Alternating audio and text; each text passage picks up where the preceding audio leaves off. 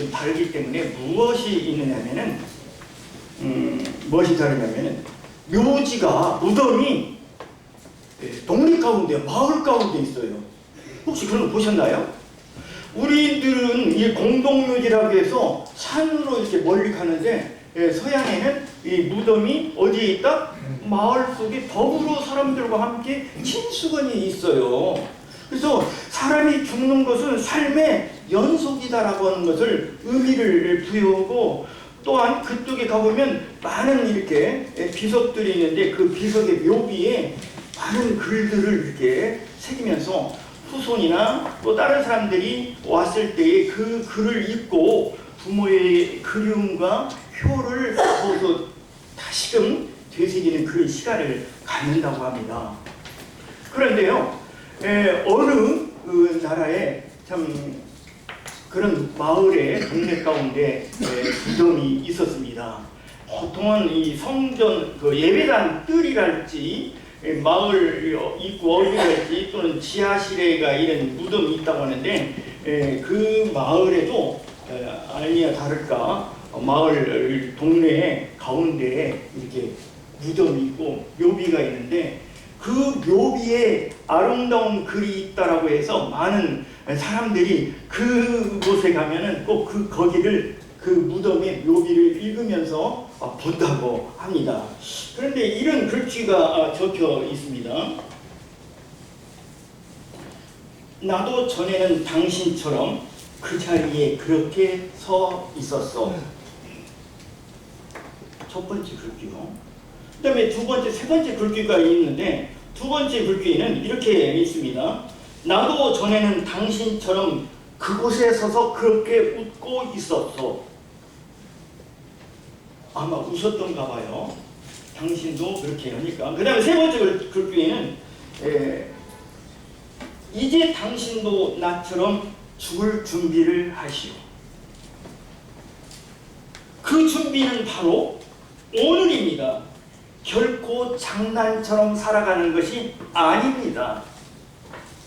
이 글귀가 소문이 나서 많은 관광객들도 그 무덤의 묘비를 잊고 기념 촬영도 한다라고 합니다. 그렇습니다. 우리는 삶 속에서 살면서 죽임이라고 하는 것을 이렇게 심각하게 여기지 아니하고 그냥 간과해 버립니다. 정말로 내가 이 세상에서 언젠가는 떠나게 될 텐데, 사랑하는 아내와 자녀들을 뒤로 하고 떠나게 될 텐데, 준비가 없다라고 한다면 짐승이나 똑같은 삶이라고 성경은 말하고 있습니다.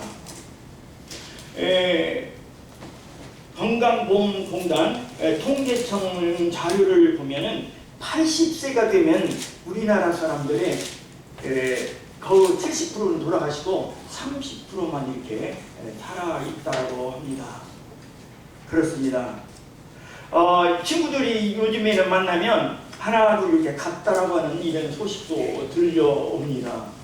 그리고 우리들도 항상 넋두리로 얘기하는 것이, 야, 우리도 이제 재미있는 이 시간은 5년밖에 안 남고 그 다음 이후에는 연맹해서 살아가는 안타까운 그런 삶이 있기 때문에 지금 참 즐겁고 자주 만나자, 이런 얘기를 많이 합니다.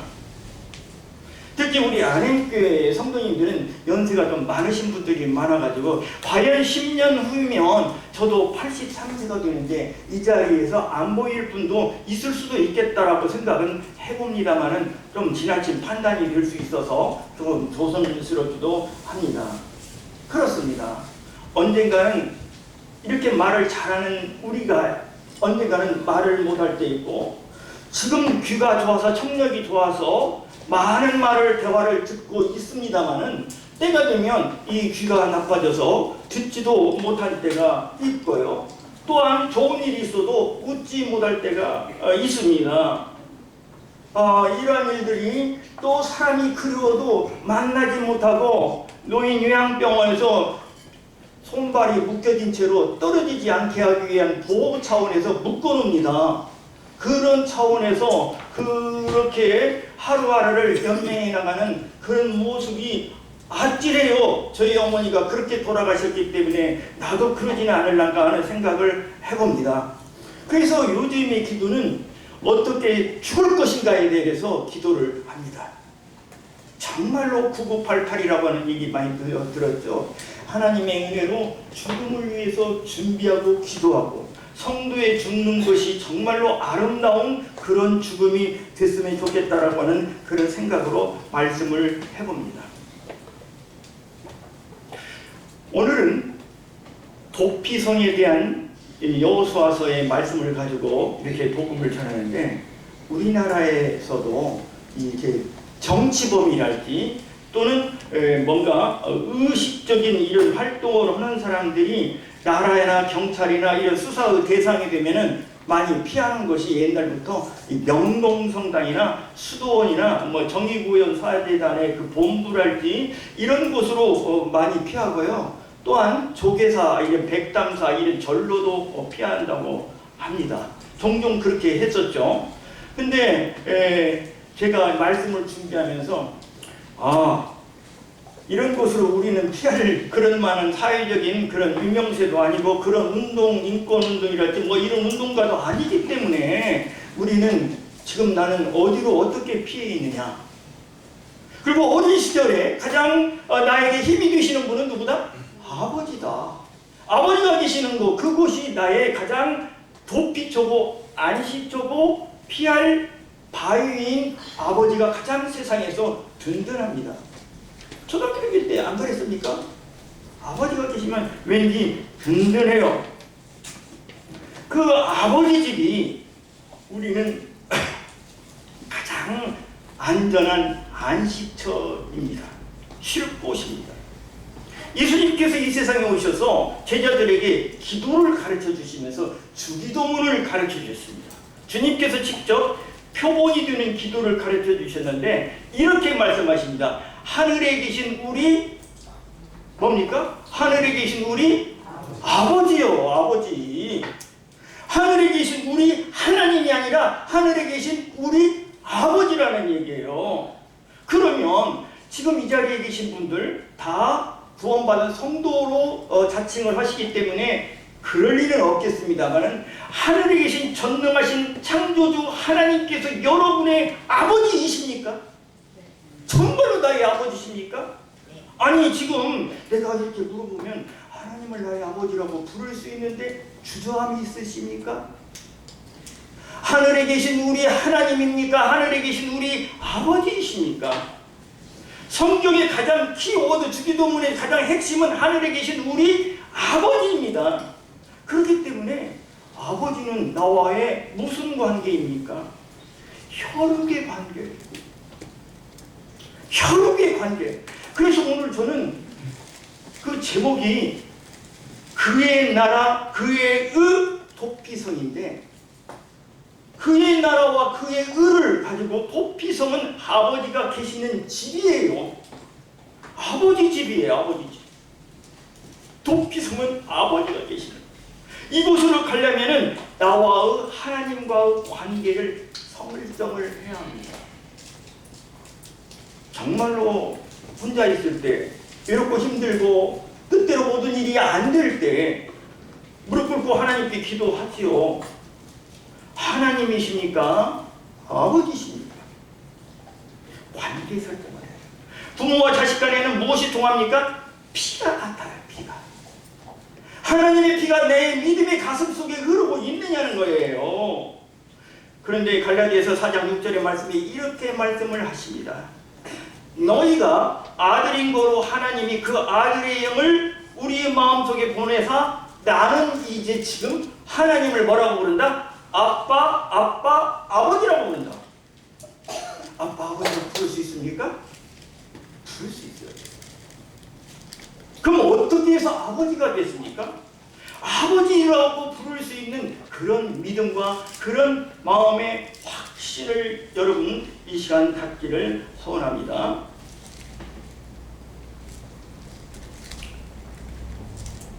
하늘에 계신 우리 아버지, 아버지 나라가 오게 하시며 임하시며 그랬습니다. 주기도문 그렇게 나왔죠. 그런데 주님의 나라를 니고데모라고 하는 사내들인 공회원이었던 아주 당대 훌륭한 성경 바리새인으로서 성경학자요 박사인 분이 밤에 예수님을 찾아옵니다. 어떻게 하면 하나님의 나라를 갈 수 있습니까? 볼 수 있습니까? 어떻게 하면 갈 수 있습니까? 너 성령으로 거듭나라. 성령으로 거듭나지 아니하면 하나님 나라를 볼 수도 없고 갈 수도 없다. 그렇기 때문에 다시 태어나지 아니하면 하나님 나라에 갈 수 없느니라. 그런데도 감사하게 주님께서 이 세상에 오셔서 십자가의 대속 사역과 무덤에서 부활하신 그 이후에 하나님의 나라를 주님께서 우리에게 보내주셨습니다. 물론 다시 재림해서 오실 그때에 하나님의 나라가 완성돼서 모든 성도들이 휴거돼서 올라갈 때가 있습니다만은 이제 주님의 나라는 이제 말씀을 통해서 우리가 볼 수 있게 되겠습니다. 누가복음 17장 21절에 보면 하나님의 나라는 너희 안에 있다.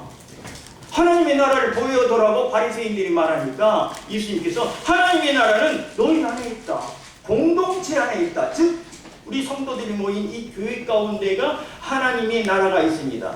곧 예수님은 하나님의 나라의 핵심이요 중심인 것입니다. 오늘에 드려졌던 이 모습과 이 자리는 성도들의 하나님의 자녀들이 있기 때문에 이곳은 곧 영적인 하나님의 나라인 것입니다. 마태복음 12장 28절에 보면 하나님의 나라가 이미 너희 안에 임하였느니라. 중심이 우리 주님이시기 때문에 하나님의 나라가 우리 가운데 임했다라고 하는 큰 복을 누리는 우리들이 되시는 것입니다.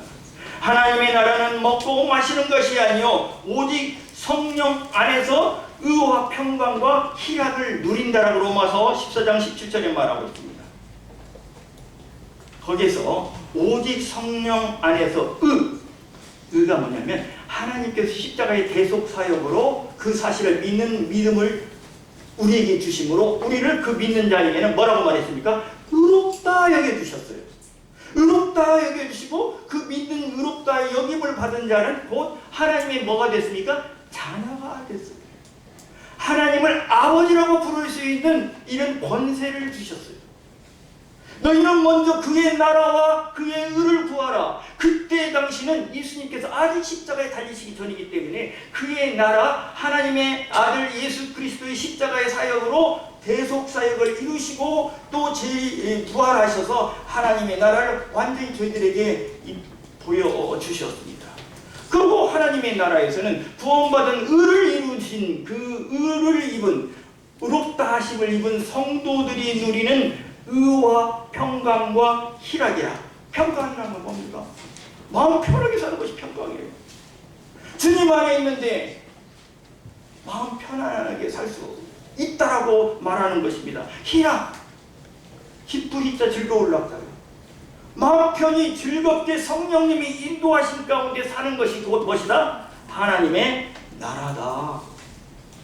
우리 성도들은 우리를 이 자리에서 성도들이 계시는 곳, 성도들이 계시는 곳은 하나님이 계시고 성령님이 계시고 주님이 계십니다. 곧 거기는 하나님의 나라입니다.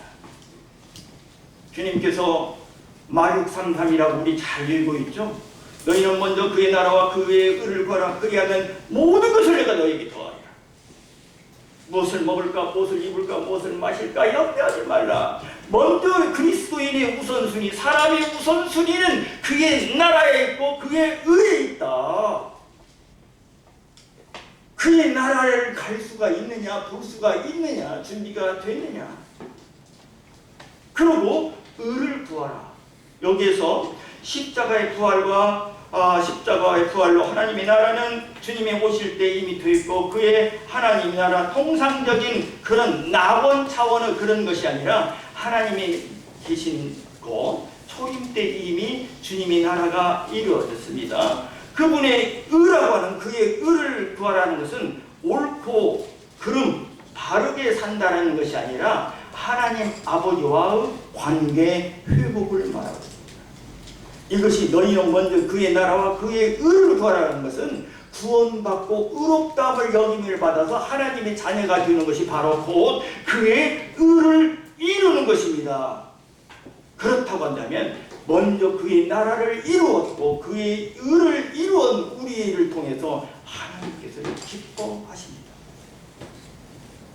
주님을 기쁘시게 하는 삶이 뭡니까? 예배 드리는 삶이요? 맞습니다. 그러나 그것도 또 주님을 기쁘시게 하는 삶, 하나님을 기쁘시게 하는 삶, 사역하고 전도하고 맞습니다. 그러나 저는 그것보다도 가장 먼저 중요한 것은 하나님과 나와의 무엇이다? 관계 회복이다 이렇게 말합니다.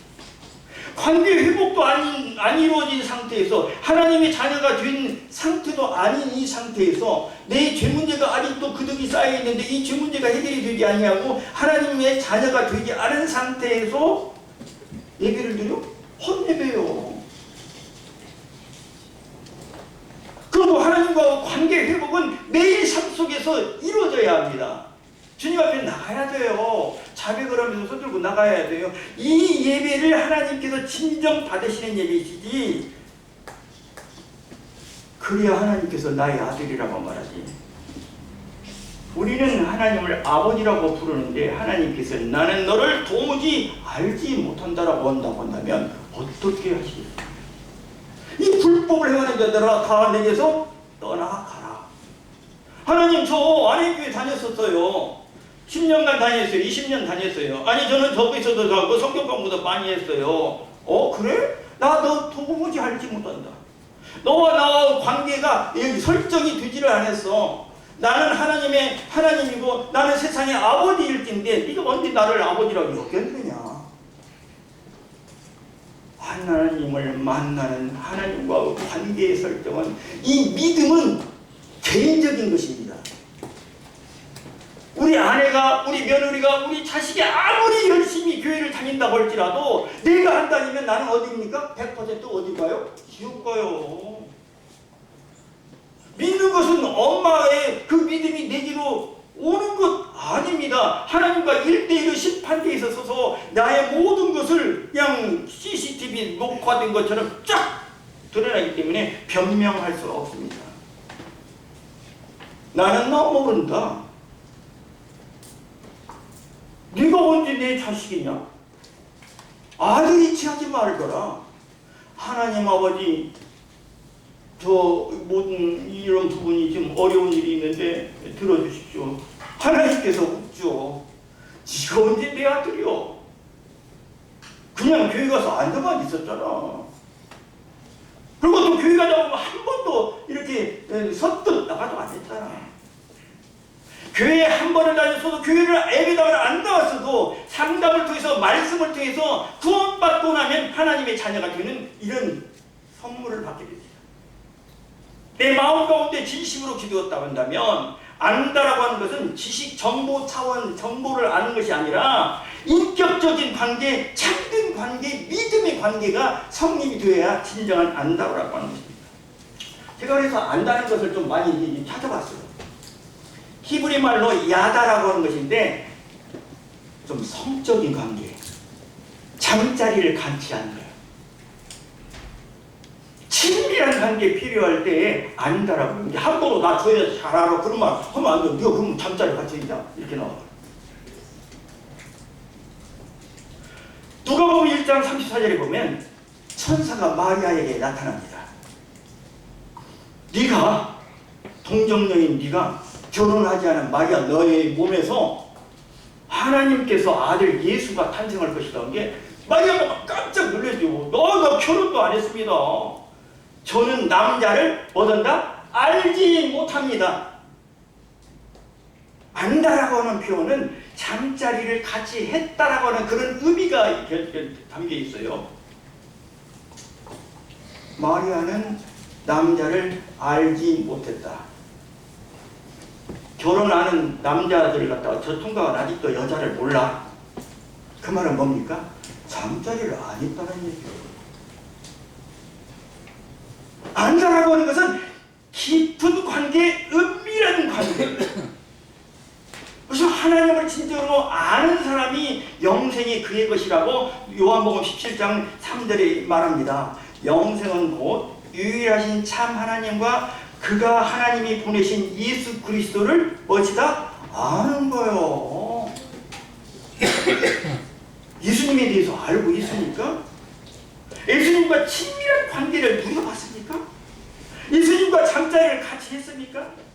이제는 예수님이 신랑이라고 그래요. 신랑과 같이 있을 때 가장 행복한 것이 여자 아닙니까? 우리 교회는 다 신부 여자예요. 그런데 하나님은 내가 너를 도무지 알지 못한다. 이 불법을 행하는 자들. 여기서 내가 너를 도무지 알지 못한다라고 하는 것은 여기서는 바리새인들에게 말했습니다. 바리새인들이 하나님을 모를까요? 정말 잘합니다. 유대인들 하나님 모를까요? 성경 달달달 외우는 박사들입니다. 그런데 여기서 알지 못한다라고 하는 것은 그가 알고 있는 이 지식의 부재가 아니라 하나님과의 단절, 친밀한 교제, 아버지와 아들의 이 관계 설정이 있었다 없었다?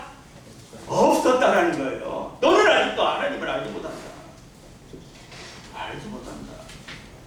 그렇기 때문에 하나님과 나와의 관계 설정이 하나님을 믿는 우선순위 1번입니다.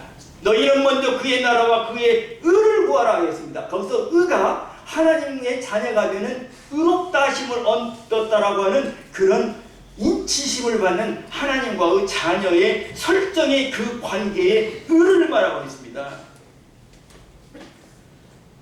호세아서 6장 6절에 보면 나는 인애를 원하고 제사를 원하지 아니한다.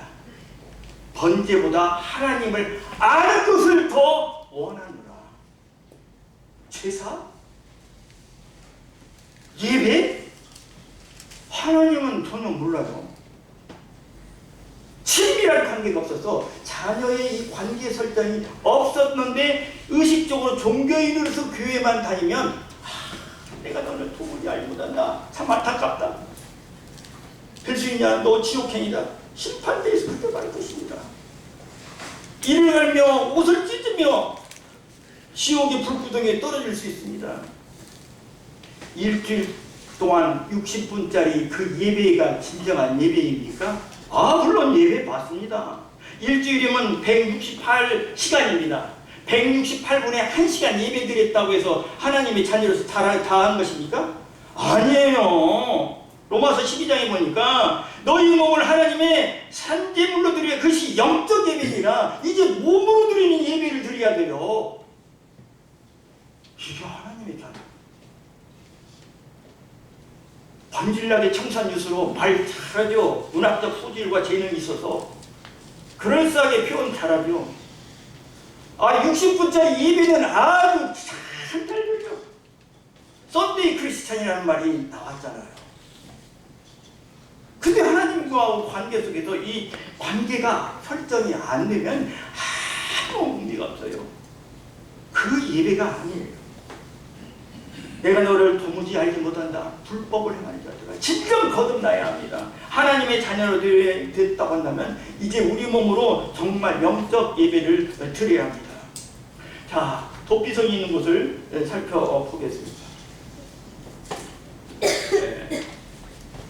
지금 이렇게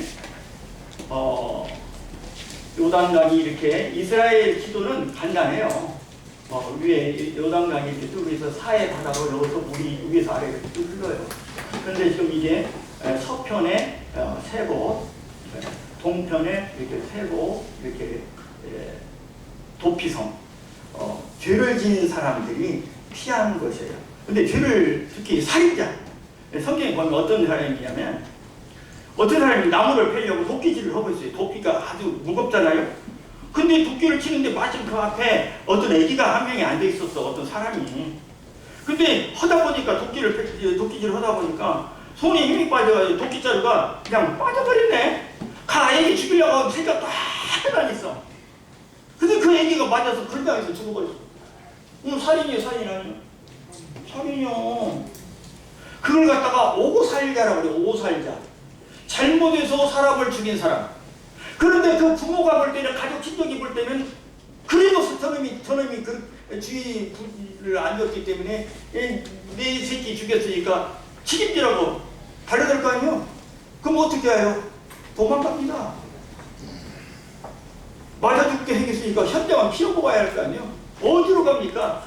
그 이스라엘의 그 전체에 가까운 곳에 이렇게 군데군데 이렇게 세겜, 헤브론, 이런데 골단 이렇게 하나, 둘, 셋, 서편에 3개, 동편에 3개 이렇게 피할 수 있는 길을 줬어요.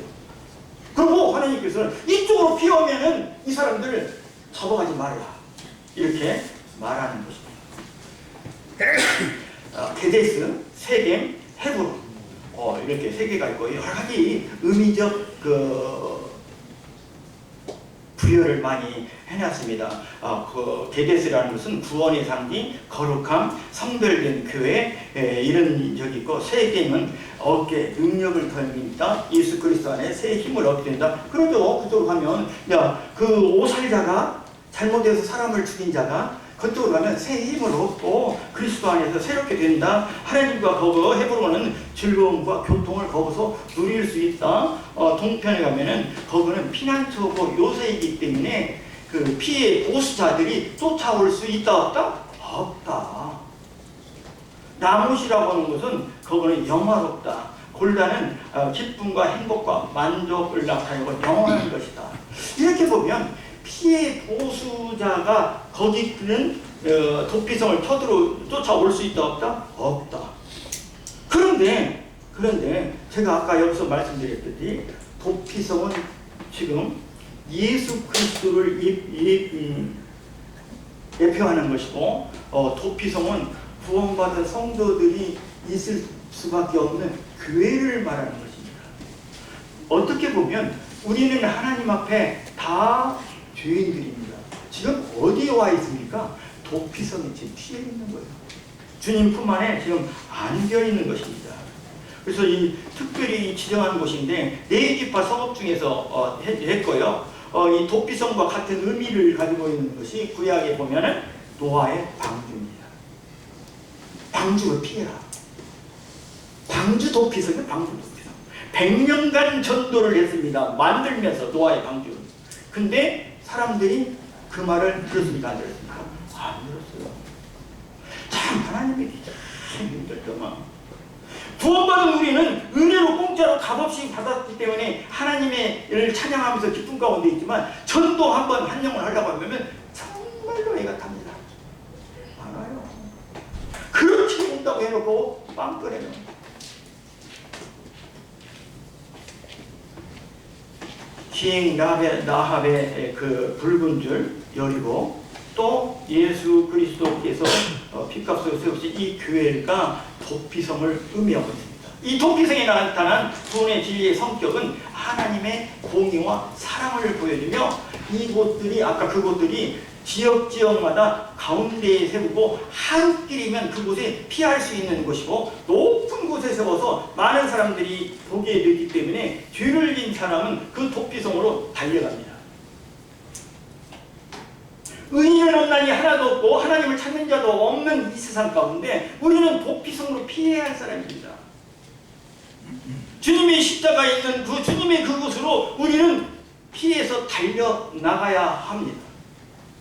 광야에서 녹뱀이 장대에 매달린 것처럼 주님은 매달렸습니다. 그것을 볼 수 있는 것이 높게 장대에 매달렸기 때문에 우리는 봄으로 그 장대를 보고 우리는 나가야만 살게 되는 것입니다. 주님의 명령이 있는데 제가 이거 단계를 한번 만들어 봤습니다. 내게로 오라. 수고하고 무거운 짐 일하더라 다 내게로 오라. 내가 쉬게 하리라. 두 번째, 왔으면 뭡니까? 내게 배우라.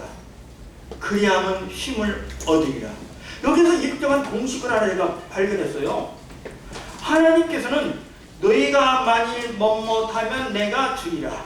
쌍방계약, 쌍무계약이라고 하죠. 출애굽기 23장 25절에 보면 내 하나님 여호와를 섬기라. 그리하면 어쩐다? 복을 준다. 안 섬기면 못 주지.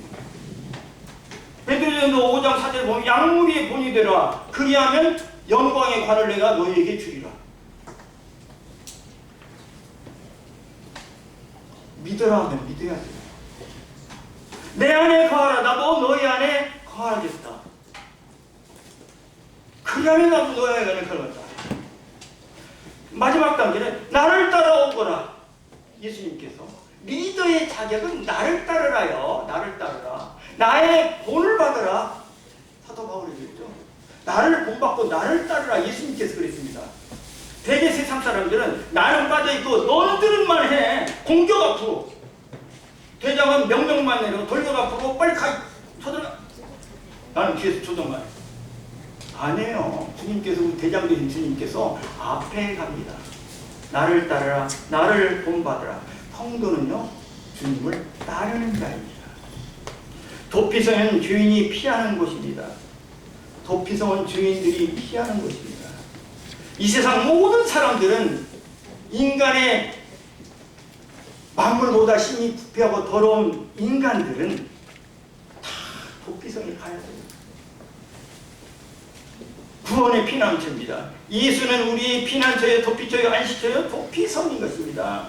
피하는 곳이에요. 예수 안에 있는 자에게는 결코 무엇이 없다? 정죄함이 없느니라. 이제 우리는 의롭다 여김을 받았기 때문에 도피성에 와서 우리는 자유함을 얻었어요.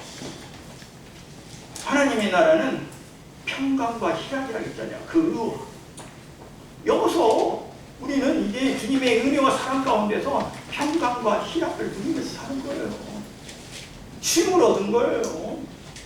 병 피해 보호수자들로 보복자들로부터 피하는 것이 도피성이에요. 끝까지 쫓아옵니다. 것이 율법이, 사망 권세가, 사단이 나를 정죄합니다. 가늠한 여인에게 정죄하죠. 정죄라는 말이 뭡니까? 이 사람은 죄가 있습니다라고 손가락질하는 거예요. 손가락. 이스라엘 백성이 애굽에서 홍해 바다를 건너서 광야를 가고 가나안 땅으로 들어가기 위해서 하나님의 명령으로 양피를 좌우임방군 설주에 양피를 바르라 했습니다. 양피를 바른 그 집은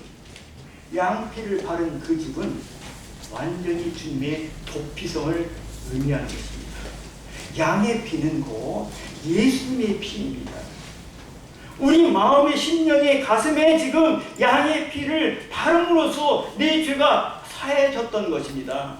사단 마귀가 하나님의 심판대에 있었을 때 박원규 너 세상에서 더럽고 추악한 나쁜 생각들 더럽고 이런 오만 저기한 생각을 다 했는 너 죄인이구만. 그런데 이놈 봐라.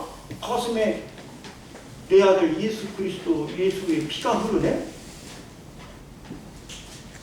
너는 천국. 피가 같아요. 피가. 이스라엘 백성은 그 집에 양피를 바른 그 집에 하나님께서는 죽음의 사자를 양의 피를 보고 넘어갔다고 했습니다. 그래서 유월절, 넘을 월자요. 이스라엘 백성은 그 피가 지켜졌으므로 그 죄값을 묻지 아니하고 넘어갔어요. 그때 애굽의 백성들은 다 죽어버렸어요. 장자들. 우리는 하나님의 심판대에 섰을 때 내 가슴에, 믿음의 가슴에 하나님의 십자가에, 주님의 십자가에 흘리신 그 보혈의 피가 내 가슴을 치밀었어요. 그러니까 하나님께서는 뭘 봅니까? 내 행위를 봅니까? 아니에요. 내 믿음의 가슴 속에 무엇이 지려있어? 예수님께서 십자가 흘렸던 머리와 손과 발에 흘렸던 가슴에서 흘렸던 그 피가 내 가슴에 흐르고 있기 때문에 너는 내 아들이라. 이렇게 말씀하시므로 우리는 당당히 하나님의 나라를 갈 수가 있는 것입니다. 살인자의 유일한 피난처입니다. 어디가? 도피성. 부지중에 사람을 죽였다 할지라도 살인자는 살인자입니다. 그때의 도피성에 살인자가 도망오면 제사장은 문을 활짝 열고 거기에 맞이해 줍니다. 세상에 많은 사람들이 하나님을 모르고 왔다 할지라도 그 문은 열려 있습니다. 나는 양의 문이라 나로 말미암아 들어가는 자는 구원을 얻으리라. 교회에서는 차별이 없습니다. 누구든지 다 오면은 맞이해 줍니다. 도피성은 가장 안전한 곳입니다. 성 안에 있을 때는 예수님 안에서만의 구원이 보장이기 때문에 로마서 8장 39절에 보면 그 무엇이라도 우리를 그리스도 예수 안에 있는 하나님의 사랑에서 끊을 수 있다 없다? 없느니라. 사망이나 생명이나 천사나 권세자들이나 현재이나 장래이나 능력이나 높음이나 기쁨 어떤 것도 하나님과 나와 관계 속에서 해방할 수 없고 끊을 수도 없고 예수 믿는다는 것이 얼마나 좋습니까? 나는 단지 믿기만 했는데 천국 가는 거예요. 세상에 가장 쉬운 것이 천국 가는 거예요. 내 입장에서 봤을 때 공짜로 간다고 하잖아요.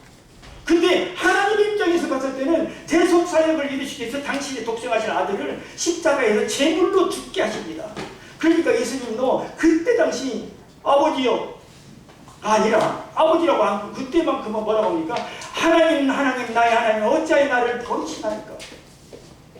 아버지는 이 사적인 관계의 아버지지만 하나님 이 관계는 공의적인 법적인 관계로 돌아가며 버립니다. 그래서 하나님도 법적인 공의적인 관계로 이 세상에 공의를 다 이루시기 위하여 아들 예수 그리스도를 죽게 제물로 내놓으십니다. 또 아들 예수 그리스도는 죽기까지 순종하십니다. 그 순종이 우리를 살리셨습니다. 그 순종을 믿을 수 있는 믿음을 선물로 우리에게 주셨기 때문에 우리는 아멘으로 받음으로써 우리는 하나님의 자녀가 되는 것입니다. 아멘. 그렇습니다. 영원한 보장이 됐습니다. 진정한 구원받은 사람은 영원한 단번에 영원히 온전한 속죄를 이루신 것입니다. 진정 거듭나셔야 합니다. 도피성 안에는 유대인과 이방인과 차별이 있을 수 없습니다. 교회 안에서는 차별이 있을 수 없습니다. 이것은 곧 도피성인 것입니다. 남녀노소 빈부귀천 동서고금 누구나 차별이 있을 수 없습니다. 제가 교직에 한 40년간 근무했었는데요. 어느 그때 해인가 우리 반 아이가 지체장애 우라고 그 학생 이름도 안 잊어버려요. 보고 싶어요. 그 보조교사가 딸려 있었어요. 말이 어물해요. 근데 국어 시간에 제가 너희들의 소원을 하나씩 다 써서 자기의 소원을 발표해보자 했는데 이 아이가 그 자기가 쓴 것을 막 그냥 글씨가 이렇게 예쁘게 쓴 것은 아니에요. 그러나 내용이 감동이었어요. 내가 다시 태어나면 차별받지 않는 이런 세상에서 태어나고 싶다. 교회는 차별이 있는 것이 아닙니다. 이 도피성은 다 똑같이 지금 죄인들이 숨어왔기 피해왔기 때문에 이곳에서는 차별이 있을 수 없는 것입니다. 이 안에 들어오면 삽니다. 예수님 당시 때 중풍병이 들린 사람은 그 친구들이 4명이 지붕을 뚫고 예수님께 나아갑니다. 그래서 살았습니다. 예수님 앞에 나가면 삽니다. 도피성으로 달려가야 합니다. 죄인들은 살기 위해서 그쪽이 피하는 것입니다. 그런데 그 도피성을 지키고 있는 대제사장 있지 않습니까? 이 대제사장이 죽게 될 때 오살자는 해방입니다. 집으로 돌아갑니다. 그 도피성 생활 그만하고 이제 집으로 돌아갑니다. 예수님께서 십자가에 대제사장으로 오신 예수님께서 십자가에 못 박혀 죽으심으로 우리는 해방을 받았습니다. 자유함을 얻었습니다. 그의 피로 계시록 1장 5절에 보면 그의 피로 우리의 죄에서 우리를 해방하고 이렇게 나옵니다. 이제는 주님의 하나님의 날개 아래 피해야 합니다. 시편 36편 7절 보면 하나님의 주의 인자하심이 어찌 그리 선하고 아름다우신지요 사람들이 주의 날개 그늘 아래 피하나이다. 다윗의 시의 고백입니다. 이 세상 이 천지간에 있는 모든 사람들은 하나님의 날개 그늘 아래 피해 있어야 합니다. 하나님께 직통자가 제가 언젠가 말씀드렸죠. 333 에레미야 33장 3절 너는 내게 부르짖으리라 내가 응답하겠고 내가 알기보다는 크고 은밀한 일을 내게 보이리라. 아직도 하나님의 자녀와 라고 하는 관계 설정이 안 되셨습니까? 환난 날에 나를 부르짖으라. 내가 응답하겠다. 네, 지금 현실적인 문제, 신앙적인 문제, 결혼 문제, 직장 문제, 모든 문제가 있습니까? 오늘을 간과하지 마시고 하나님과 씨름하세요. 결단을 내세요. 내게 부르짖으라. 내가 응답하겠고 내가 알지 못하는 또 은밀한 일을 내게 보이리라. 이게 하나님의 직통전화라고 저는 항상 그렇게 말하고 있습니다. 이 직통전화는요, 항상 개통이 되고 통화료는 무료고요. 상대는 항상 대기에 있고요. 음성인식이 불필요하고요. 마음에 무릎을 꿇으면 바로 연결되고 하나님께서 직접 전화를 받습니다. 너는 내 아들이다. 너는 내 딸이다. 사랑하는 여러분, 아직도 주님을 영접하지 못했습니까? 하나님을 나의 개인의 아버지로 관계 설정, 부자지간의 설정이 아직도 안 됐습니까? 너희는 그의 나라와 그의 의를 구하라. 의가 가족관계의 의를 말하고 있습니다. 하나님의 자녀의 의로운 삶, 의롭다 여김을 받는 그 의를 말하고 있습니다. 물론 다르게 해석을 하시는 분도 있습니다만 저는 그렇게 말하고 있고요. 하나님의 나라는 우리 주님께서 함께해 주시고 하나님을 믿는 성도들이 모인 곳은 주님이 주체이시기 때문에 주님의 나라이기 때문에 주님이 오늘 우리 안에교회에 계시기 때문에 이것이 곧 하나님의 나라입니다. 하나님의 나라에서 하나님의 날개 아래 우리는 지금 있는 것입니다. 시편 다윗 노래 18편 2절 보시겠습니다.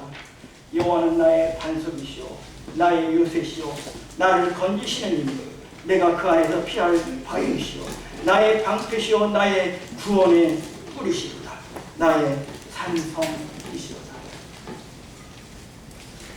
사랑하는 여러분, 우리는 주님의 품 안에 날개 아래 주님께서 감싸시고 계십니다. 하나님의 나라는 먹는 것과 마시는 것이 아닙니다. 그의 의와 희락과 화평입니다. 주님의 사랑으로 능력으로 하나님의 나라를 이루어가는 여러분들이 다 되시기를 바랍니다. 우리 삶 속에서 진정한 예배를 드리는 여러분들이 되시고 또한 저로부터 우리 모두에게 하나님과 나와 1대1의 관계 설정이 안 되신 분은 바로 지금 해주세요. 바로. 왜냐? 죽음은 언제 올지 안다고 그러다 모르는 것입니다. 사랑하는 여러분, 한 시간 동안 정말로 감사합니다. 네, 이상으로 말씀을 드리겠습니다. 감사합니다.